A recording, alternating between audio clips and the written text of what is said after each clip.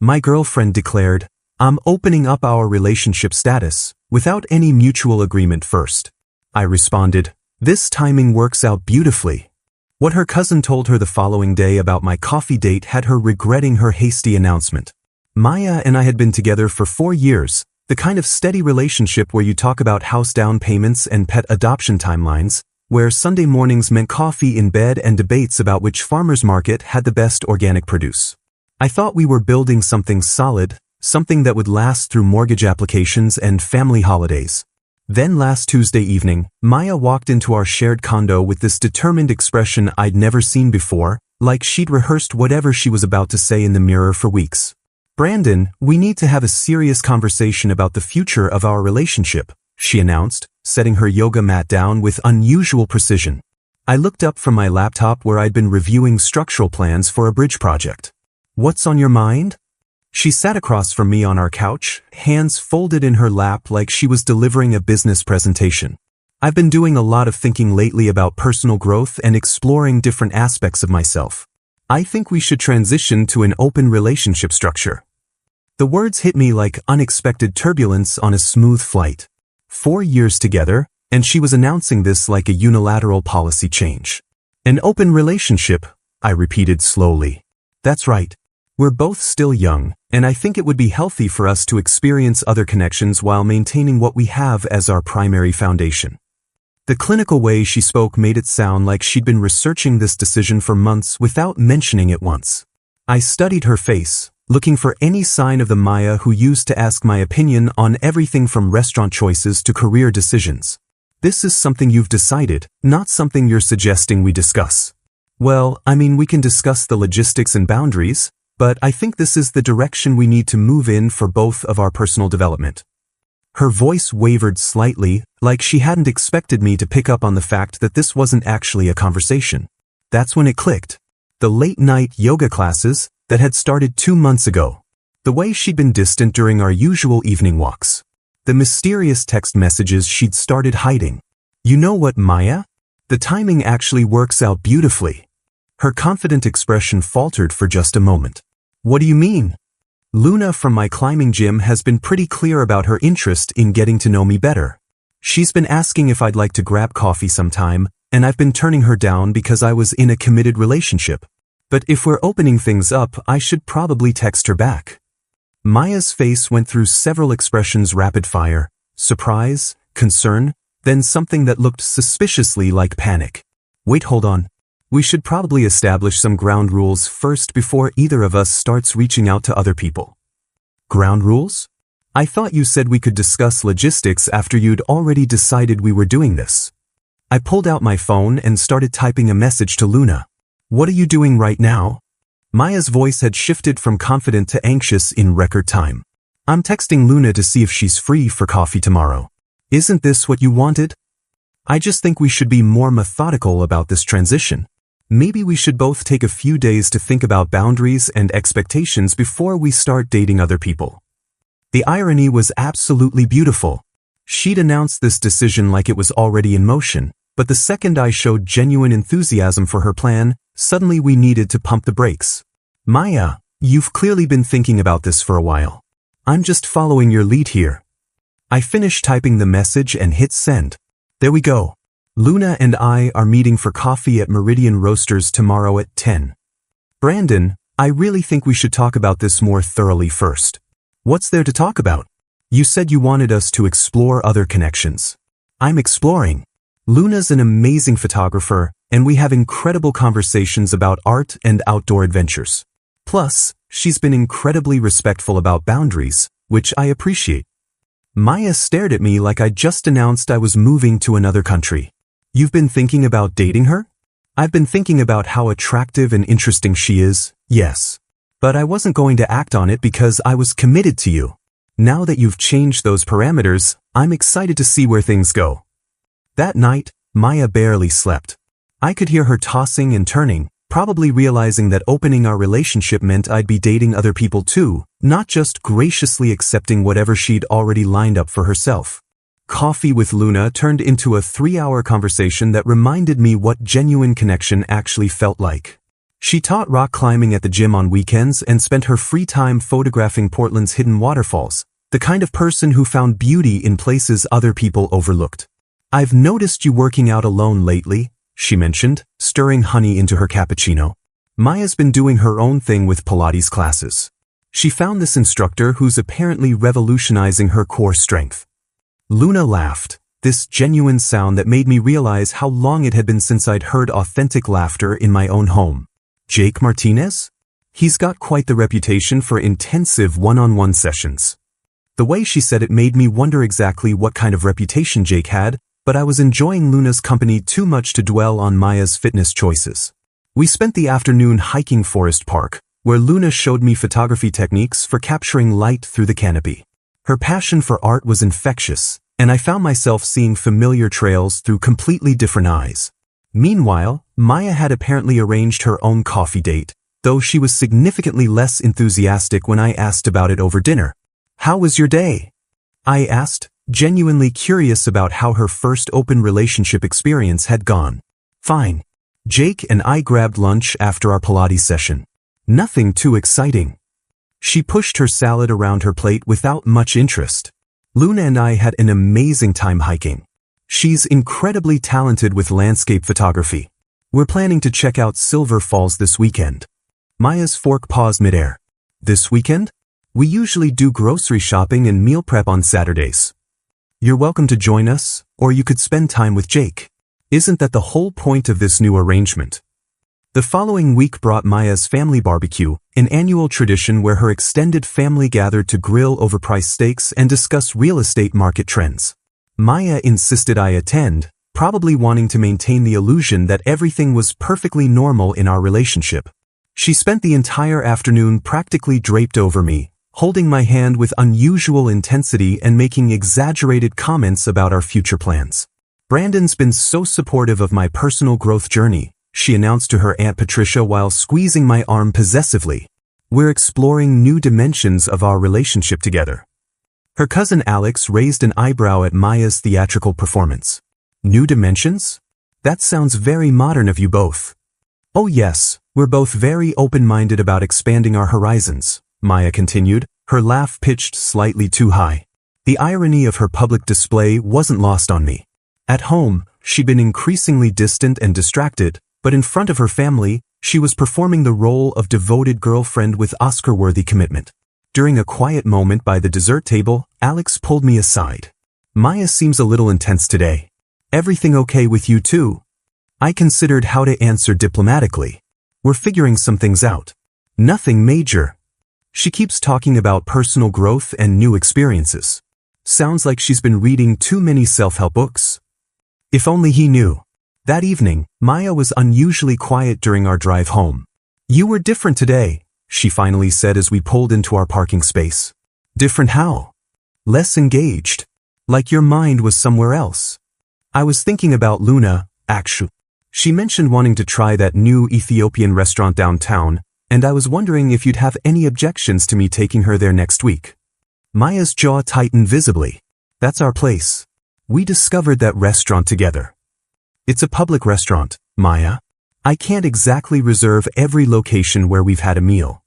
It just feels weird, you taking her to places that are meaningful to us. Then maybe you should have considered that before deciding we should see other people." The silence stretched between us for the rest of the evening, Maya scrolling through her phone with increasing frustration while I researched camera equipment Luna had mentioned wanting to try. Sunday morning brought the text that changed everything. I was making coffee when my phone buzzed with a message from Maya's cousin Alex. "Dude, I saw you at Meridian Bistro yesterday with that gorgeous brunette. Maya know you're dating her boss's daughter?" I stared at the screen, processing what Alex had just revealed. Luna's mother was Victoria Chen, the senior partner at Chen & Associates Real Estate Development, the same company where Maya worked as a project coordinator. I'd known Luna's last name was Chen, but Portland had plenty of Chens, and I'd never connected the dots. Maya emerged from our bedroom looking like she'd barely slept, heading straight for the coffee maker without making eye contact. That's when her phone started buzzing with what sounded like an emergency. "Alex, what are you talking about?" she answered, her voice still rough from sleep. I watched her face transform from confusion to horror as Alex apparently explained what he'd witnessed. Victoria Chen's daughter? Are you absolutely certain? Maya's eyes found mine across the kitchen, and I saw the exact moment she realized the implications. Brandon, she said after hanging up, her voice carefully controlled. We need to talk. Right now. About what? About Luna being my boss's daughter. About how dating her could completely destroy my career prospects in this company. I leaned against the counter, genuinely puzzled by her panic. How would dating Luna affect your job performance? Victoria oversees all the major development projects. If things go badly between you and Luna, or if Luna says something negative about me to her mother, it could tank my entire career path. Maya, you're the one who wanted us to see other people. You don't get to dictate who I date based on your professional concerns. This is different and you know it. This affects my livelihood, my future in the company. So does your relationship with Jake? Presumably. What if his clients at the gym start gossiping about his personal life with their trainer? Maya's face went red. Jake doesn't work in my industry. This is completely different. The only difference is that you didn't bother researching the potential complications of your own choice before you announced it. My phone buzzed with a text from Luna. Coffee again today? I found this amazing spot in the Pearl District. I started typing back immediately. What are you doing? Maya demanded. Confirming my coffee date with Luna. We're meeting at 10:30. Brandon, you cannot seriously continue dating her after what I just told you. Actually, I can. You announced we were in an open relationship. You didn't include a clause about approval processes or professional conflict assessments. Maya grabbed my arm. Please. I'm asking you as someone who's been in your life for 4 years. This could ruin everything I've worked for at Chen and Associates. I gently removed her hand. Maya, where was this level of consideration when you were making unilateral decisions about our relationship status? You didn't ask how I might feel about you dating other people. That's completely different. Is it? Because from where I'm standing, it looks like you expected me to gracefully accept whatever arrangement benefited you, but now that your plan has unexpected consequences, suddenly we need to negotiate boundaries. The desperation in her voice was becoming more apparent. What if Victoria finds out we're in an open relationship? What if she thinks I'm unprofessional or unstable? Then maybe you should have considered those possibilities before announcing your decision. I finished my coffee and grabbed my jacket. I'm meeting Luna in 40 minutes. We'll probably spend the day exploring some of those photography locations she mentioned. Brandon, I'm begging you. Please don't do this. Do what? Date someone who's kind, intelligent, and genuinely interested in getting to know me? Someone who asks about my engineering projects and remembers details from our conversations. Maya's composure finally cracked completely. Fine. If you're going to be stubborn about this, then I'm going to spend the day with Jake. See how you like it when I'm not sitting around here waiting for you to come home. Have fun, I said, meaning it. Jake seems like a nice enough guy. The look of frustrated confusion on her face as I left was absolutely priceless. She'd expected jealousy, possessiveness, maybe even anger. Instead, I was genuinely encouraging her to enjoy her time with someone else, which clearly wasn't part of whatever script she'd been following. Luna and I spent the entire day at the Japanese garden, where she taught me about composition and natural lighting while we wandered through perfectly manicured landscapes. Her genuine enthusiasm for art was refreshing, and I found myself completely absorbed in her stories about traveling through Southeast Asia to document traditional architecture. We were sharing sushi at a small restaurant in Hawthorne when she mentioned something that made everything click into place. My mom's been asking about you, actually. She thinks it's sweet that someone's finally showing genuine interest in my photography work. Your mom knows about me? Victoria Chen, senior partner at Chen and Associates. She mentioned that one of her project coordinators has a boyfriend named Brandon who works in civil engineering. Small world, right? I nearly choked on my California roll. Maya never mentioned that connection. Maybe she doesn't know? Mom keeps her personal and professional lives pretty separate. Though she did say this Maya person has been distracted at work lately, spending a lot of time on personal phone calls during meetings. Meanwhile, Maya had apparently spent her day with Jake, But when I returned to our condo that evening, she was waiting for me with the kind of manic energy that suggested things hadn't gone according to her plans. "We need to talk," she announced before I'd even closed the door. "About what?" "About everything. About this whole open relationship experiment and how it's affecting both of us." I sat down across from her, genuinely curious where this conversation was heading. "I'm listening." Jake and I had a long conversation today about expectations and boundaries, and I realized I might have rushed into this decision without fully considering all the implications. The careful way she was choosing her words suggested she'd rehearsed this conversation during her drive home. What kind of implications? Well, for starters, I've been emotionally involved with Jake for about 2 months now. We met at the Pilates studio, and things developed pretty naturally from there. I thought opening our relationship would make everything less complicated, but instead it's created this whole web of potential problems. There was the confession I'd been waiting for. 2 months. So you were essentially having an affair and decided to retroactively legitimize it by announcing we were open. Maya's face flushed. It wasn't an affair. Nothing physical happened until after we had our conversation about opening things up. Maya, emotional affairs are still affairs. You developed feelings for someone else while we were supposedly committed to each other, then announced a unilateral policy change to make your behavior acceptable. I know how it looks, but I genuinely thought this would be better for both of us. I thought you'd benefit from exploring other connections too. And now that I'm actually doing that, you've realized you don't like the arrangement you created. Maya stood up and started pacing around our living room. It's not that I don't like it. It's that Luna being Victoria's daughter creates complications I didn't anticipate. Complications for you, specifically. Complications for both of us. What if things don't work out between you two? What if there's drama that spills over into my professional life? I watched her pace, noting how her concern was entirely focused on potential negative consequences for herself. Maya, did it occur to you that things might work out beautifully between Luna and me? That I might be genuinely happy with someone who appreciates my interests and actually wants to spend time together? She stopped pacing. What's that supposed to mean? It means I've enjoyed every moment I've spent with Luna. She asks about my engineering projects, remembers details from our conversations, and shares her passions with genuine enthusiasm. When was the last time you showed that kind of interest in anything I cared about? That's not fair. I've always been supportive of your career. Maya, you've been distracted and distant for months. The only time you show me affection anymore is when other people are watching, like at your family barbecue yesterday. The fight escalated from there, with Maya oscillating between tearful apologies and angry accusations that I was being deliberately cruel by continuing to see Luna. "You're punishing me," she finally said, tears streaming down her face. "You're dating her specifically to hurt me professionally. I'm dating her because she's amazing and I enjoy her company. Your professional concerns are your problem to solve, not mine to accommodate." The next 2 weeks brought a level of drama I hadn't experienced since high school. Maya started showing up at my engineering firm during lunch breaks, ostensibly to talk things through, but actually creating awkward situations for my colleagues who knew nothing about our relationship status change.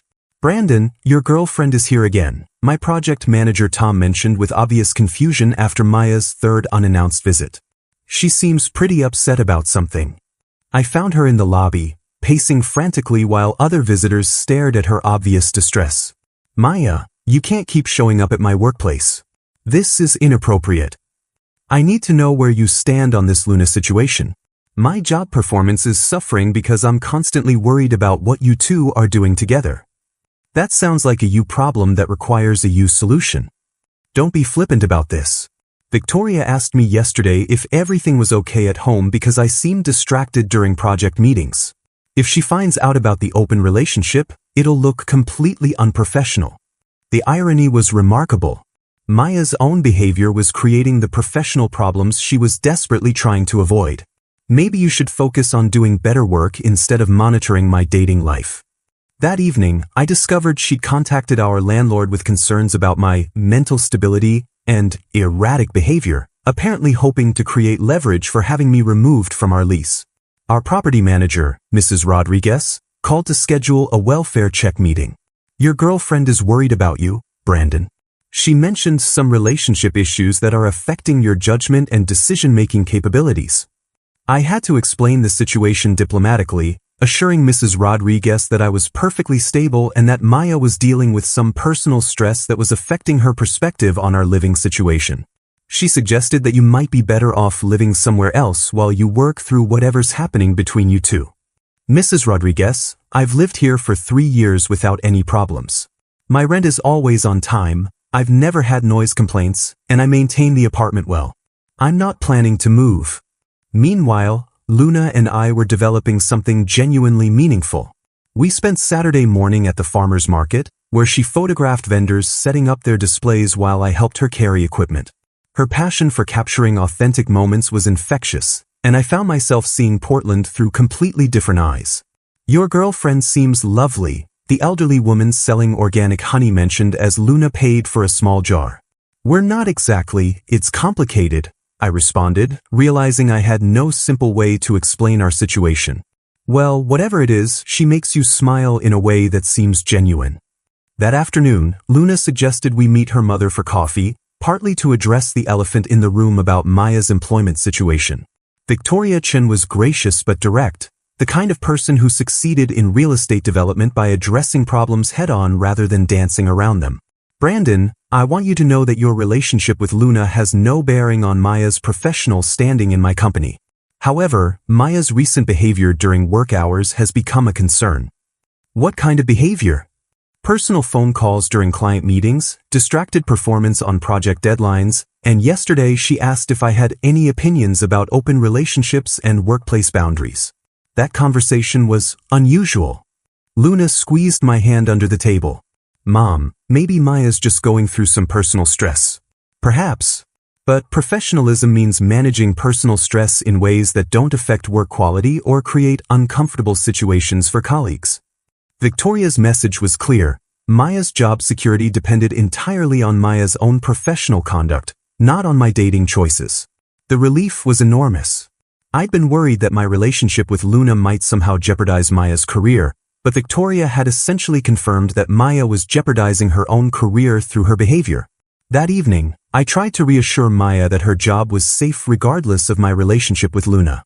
Victoria explicitly said that our dating has no impact on your professional standing. You talked to my boss about our personal situation?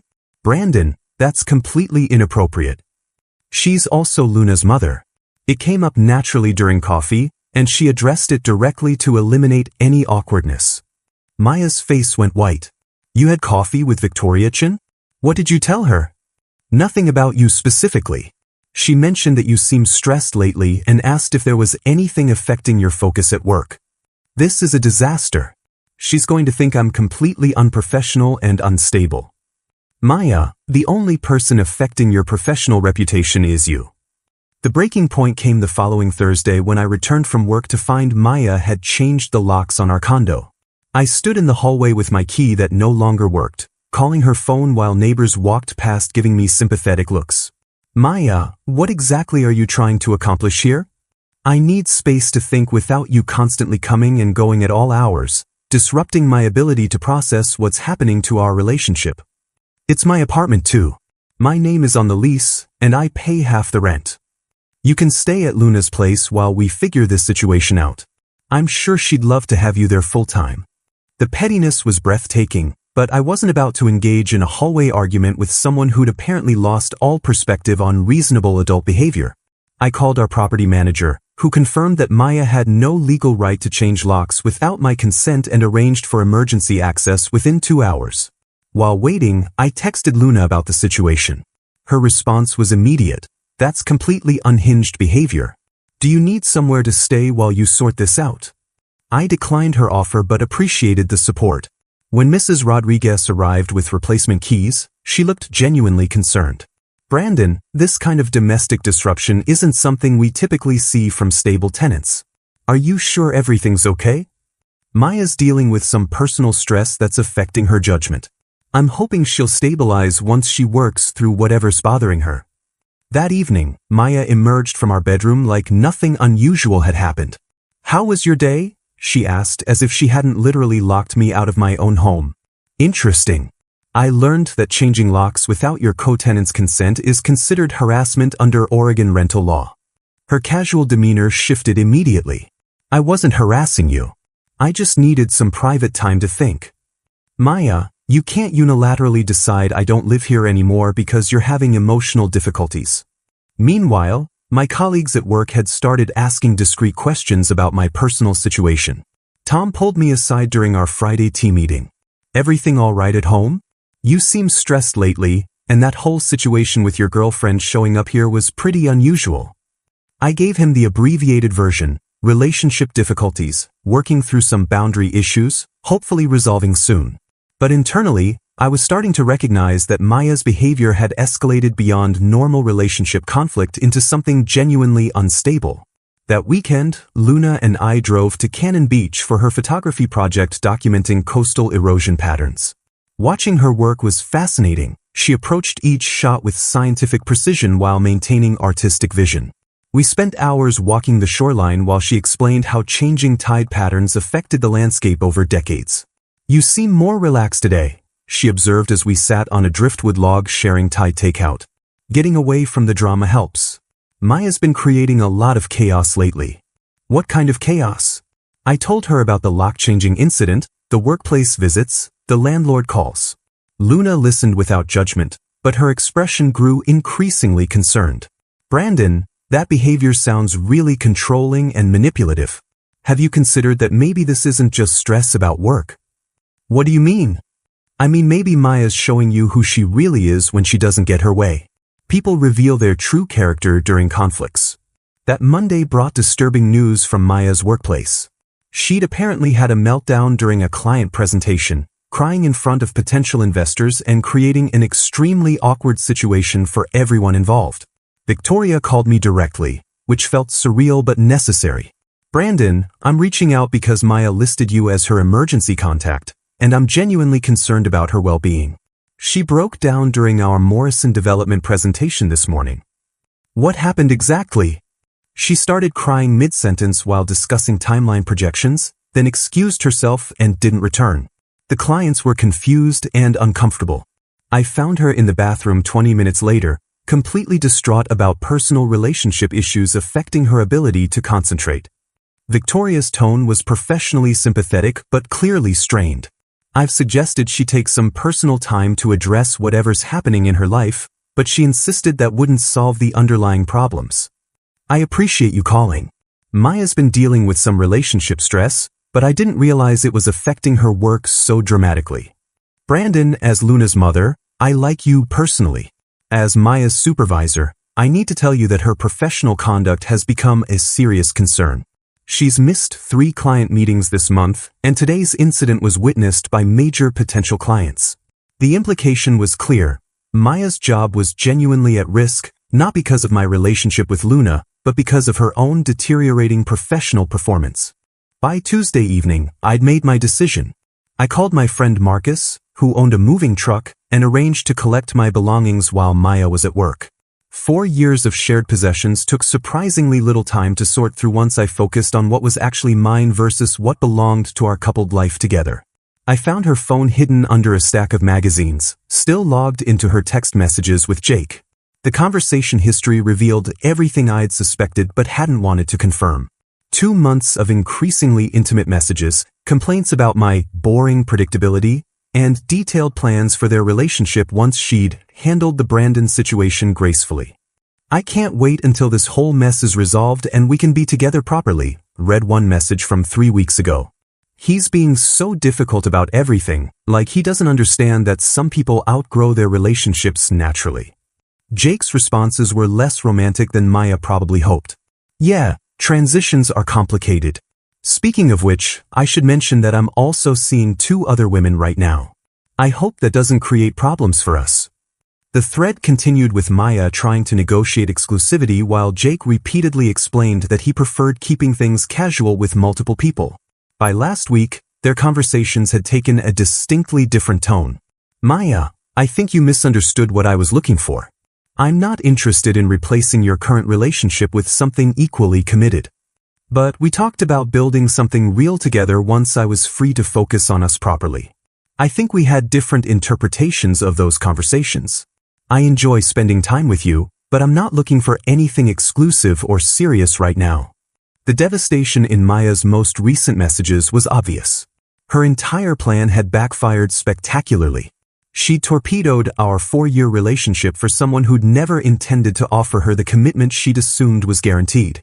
I took screenshots of the relevant conversations, not for revenge, but for clarity about what had actually happened versus Maya's revised narrative about mutual exploration and personal growth.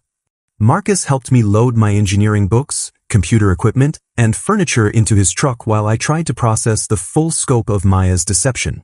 "Dude, this is some next-level manipulation," he said after I explained the situation. "She basically blew up your relationship for a guy who was never planning to catch her." That afternoon, I found a furnished studio apartment in the Pearl District, walking distance from several coffee shops Luna and I had discovered together. The landlord was refreshingly straightforward about lease terms and didn't require extensive personal references or emotional stability assessments. Maya returned to our former condo around 6, probably expecting to find me waiting anxiously for permission to collect my belongings. Instead, she found empty closets, missing furniture, and a note explaining that I'd moved out permanently. Her phone calls started immediately, cycling through the predictable emotional stages: confusion, anger, bargaining, desperation. "Brandon, we can work through this. I made mistakes, but we can rebuild what we had." "Maya, you spent 2 months planning your exit strategy with Jake while pretending to be committed to me. That's not a mistake, that's a deliberate deception. I never meant for things to get so complicated. Jake wasn't supposed to be just a casual thing. So you admit this was all about transitioning from me to him, and the open relationship was just cover for your affair." The silence stretched long enough that I wondered if she'd hung up. I thought I loved him. I thought he wanted the same future I did. What future was that exactly? The one where you quit your job to become an influencer while he supported you financially. How did you know about that? "Maya, I lived with you for 4 years. I know how your mind works when it comes to long-term planning and financial security." Victoria called me that Friday with professional updates that felt surreal but necessary. Maya submitted her resignation this morning, effective immediately. She mentioned needing to focus on personal issues and exploring alternative career paths. Is she eligible for rehire? Based on her recent performance issues and the circumstances of her departure, that seems unlikely. She left several projects unfinished and didn't provide adequate transition documentation. Luna and I spent that weekend apartment hunting together, not for shared living space, but to help me find a permanent place that reflected my actual preferences rather than compromises with Maya's expensive tastes. We found a perfect 1-bedroom in Hawthorne with natural light for her photography visits and space for my drafting table. "You seem different," Luna observed as we walked through the empty rooms. "More relaxed, like you can finally breathe properly." I feel like I've been holding my breath for months without realizing it. That evening, Maya showed up at my new apartment building, somehow having tracked down my address through methods I preferred not to contemplate. "Brandon, I need you to understand that I never meant for any of this to hurt you. Everything got so complicated so quickly. Maya, you orchestrated this entire situation. You chose to have an emotional affair, you chose to announce the open relationship, and you chose to create drama at work. Those weren't accidental complications. I know I handled things badly, but we had something real for 4 years. That has to count for something." I looked at her standing in my doorway, mascara smudged from crying, designer purse clutched like a life preserver. "Maya, what we had was real for me. But for you, it was apparently just a placeholder until something shinier came along." The finality in my voice seemed to register with her for the first time. "Jake was a mistake. A terrible mistake. But you and Luna, that's real too, isn't it?" "Yes, it's real. And honest. And built on actual mutual respect rather than manipulation and deception." "So that's it? For years, and you're just walking away?" "Maya, you walked away 2 months ago when you started planning your future with Jake. I'm just catching up to where you've already been emotionally." I closed the door gently but firmly, listening to her footsteps fade down the hallway. 3 months later, Luna and I were planning a weekend trip to document the wildflower blooms in the Columbia River Gorge when I heard through mutual friends that Maya had moved back in with her parents in Beaverton. Apparently, Jake had ended things completely after her workplace meltdown, and she'd been unable to find another position in real estate development. Her Instagram had shifted from luxury lifestyle posts to inspirational quotes about resilience and new beginnings. Do you ever feel guilty about how things ended? Luna asked as we planned our photography route. I feel sorry that she made choices that hurt herself so badly. But guilty? She created this situation, and I just refuse to enable her manipulation. Luna nodded, understanding in the way that emotionally healthy people do. Sometimes the most loving thing you can do is let someone experience the consequences of their actions instead of protecting them from reality. 6 months after Maya's open relationship announcement, I woke up in my own apartment, made coffee with someone who genuinely wanted to be there, and realized that everything had worked out exactly as it should. Maya had gotten the freedom she demanded, and I'd gotten the chance to find someone who actually appreciated what I had to offer. The timing really had worked out beautifully, just not in the way Maya had planned.